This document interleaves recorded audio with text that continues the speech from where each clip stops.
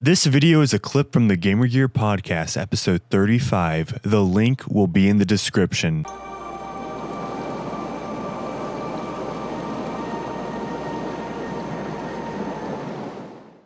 Square Enix reveals that the Japanese market is no longer sufficient to meet earnings targets. Because, which somewhat makes sense. If you look at the size of Japan in population, and then you look at the size of America, Canada in population, obviously the Western market is much bigger. They also released like 10 games this year. Yeah. So Square Enix it's just such a mixed bag. You'll get an Octopath Traveler 2, and then on the other hand, you'll get a Chocobo Racing. It's quite suspicious, quite odd, if I may say. They make weird choices, and it's like I don't even think the choices they do, even like the people in Japan, those gamers even what are you doing, dude? Yeah, well, it's clear that they're no longer targeting the Japanese market. All right, because we had Avengers,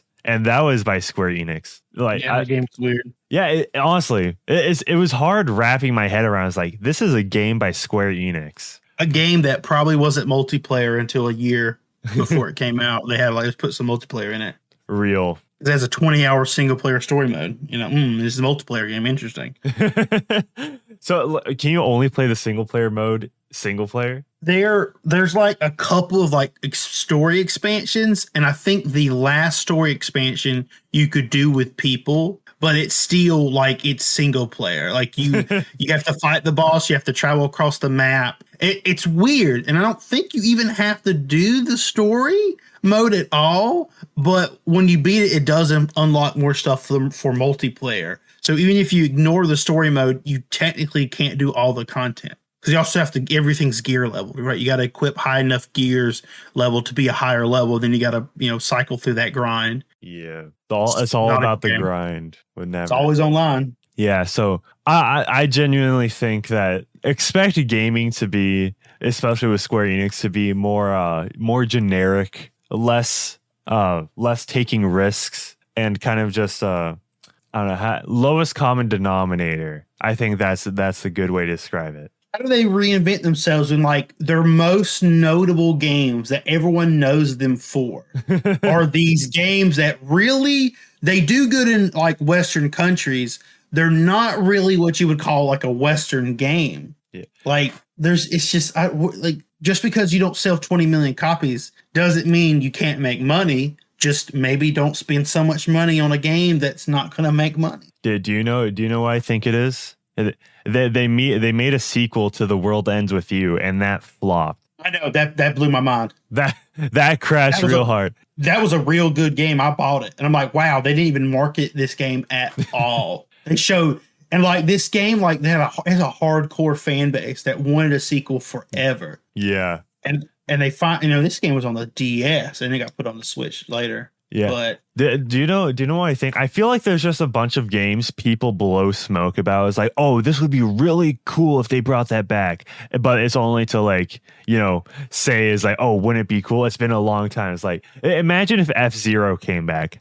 Realistically speaking, how do you think the sales of that would be? I see people say they love F-Zero, but I've never seen anything indicating that it was a big seller for Nintendo. Exactly. I mean, people love F-Zero, but just because a game might be the greatest game of all time to some people doesn't mean people had the console or bought it during that time. Doesn't mean they ever played it. And if they do play it later on, when Nintendo's not selling it anymore, so Nintendo doesn't have any actual real data anymore about people buying the game. They've not done any remaster or anything. Yeah. Oh, to be fair,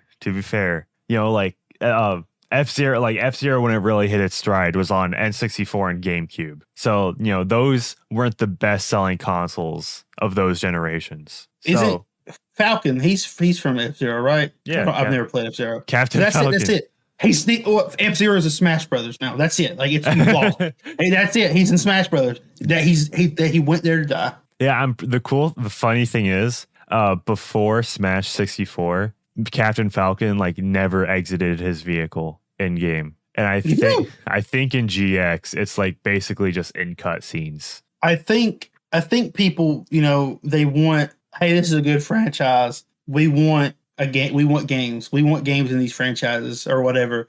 And they've never done good, or they haven't been relevant for a long time, and no one buys them. And they're like, how dare they? How dare they make Call of Duty? How dare they make Assassin's Creed every year or something every year of these things? But I'm like, these make money though. Like I agree, Assassin's Creed is getting worse. But I'm sorry, but Assassin's Creed Valhalla is the best selling Assassin's Creed game.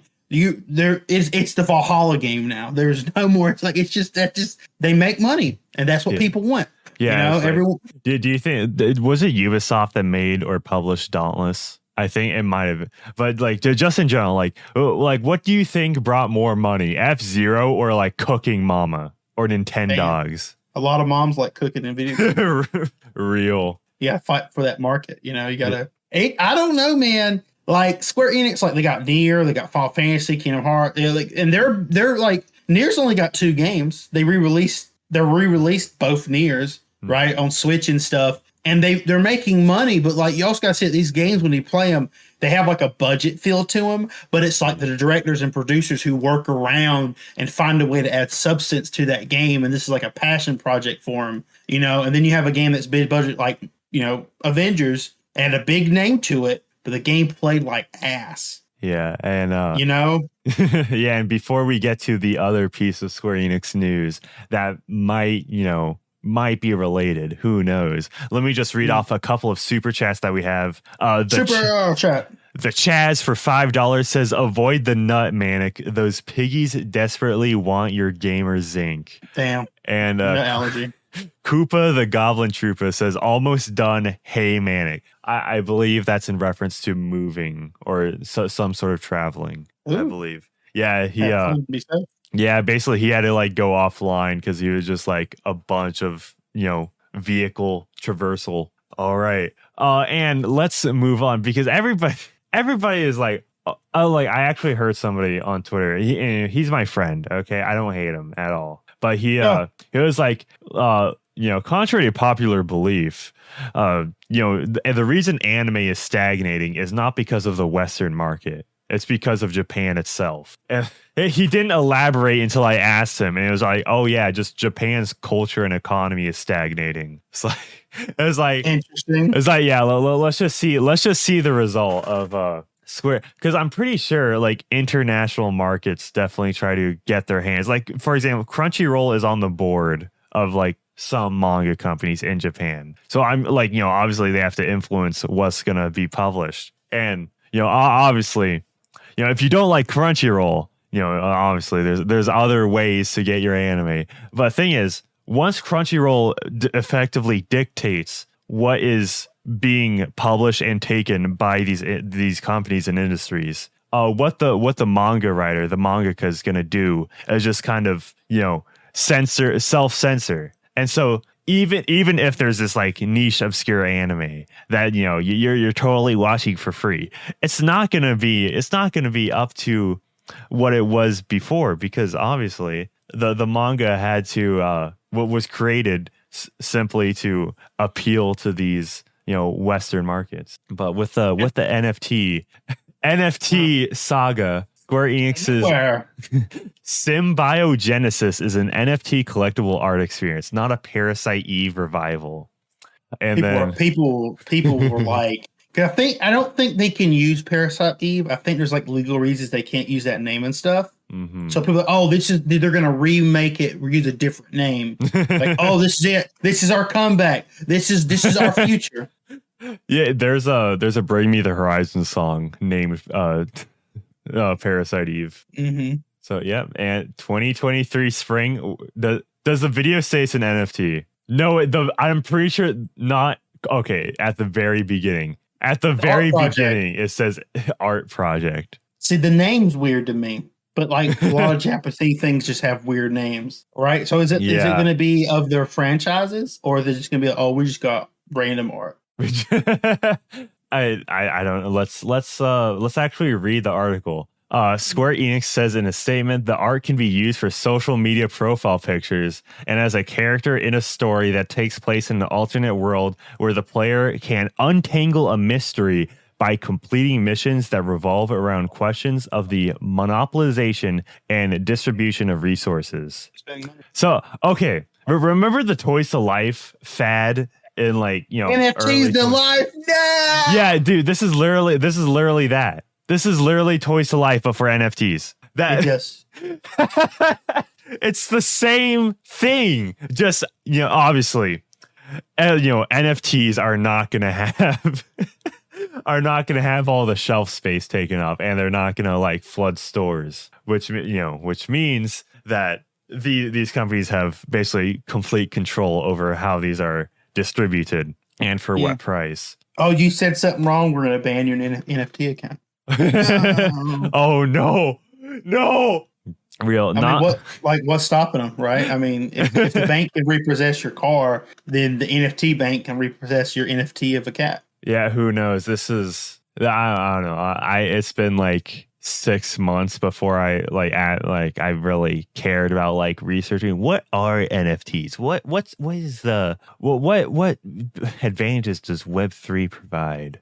But continuing on, not much else is known about the Web3 project, but last month Square Enix trademarked symbiogenesis in Japan. It was rumored to be some sort of Parasite Eve revival due to the word symbiogenesis, meaning a process where two separate organisms combine to create one. Notably, this process is the basis for Parasite Eve's story. Well, see, they were trying hard. They were trying too hard. They were like, look, we got to find a way to make this make sense to us. And then they got betrayed by their own imagination. Yeah, and down here for a related article, Final Fantasy VII Remake producer think it'd be a waste to not return to Parasite Eve.